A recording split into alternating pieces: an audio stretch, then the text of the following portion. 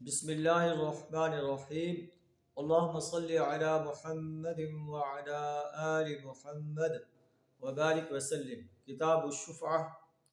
شفعہ کے بارے میں نبی صلی اللہ علیہ وسلم کے فرامین امام بخاری بیان فرما رہے ہیں۔ عن ابی رافع رضی اللہ عنہ مولا النبی صلی اللہ علیہ وسلم انہ جاء الى سعد بن ابی وقاص رضی اللہ عنہ فقال له ابتع منی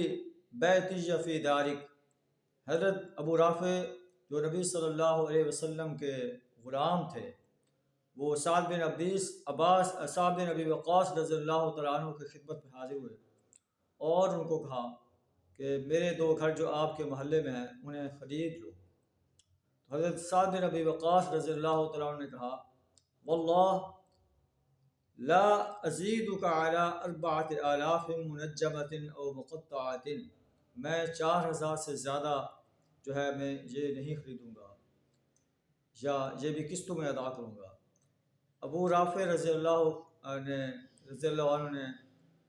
عرض کیا کہ مجھے اس کے